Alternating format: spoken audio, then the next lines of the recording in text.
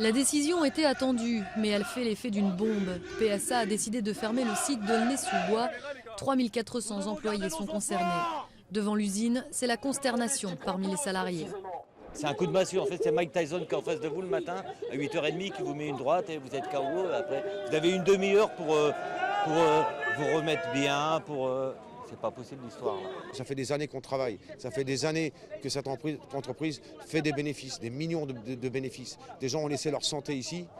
C'est aussi un coup dur pour le département de la Seine-Saint-Denis, le plus pauvre de France. L'usine est présente depuis bientôt 40 ans et c'est près de 10 000 personnes qui en vivent directement et indirectement.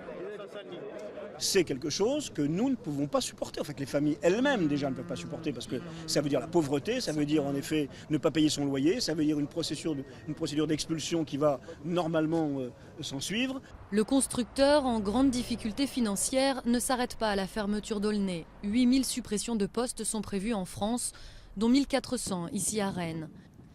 Philippe Varin, le président de PSA, a néanmoins promis qu'il fera tout pour reclasser ses employés.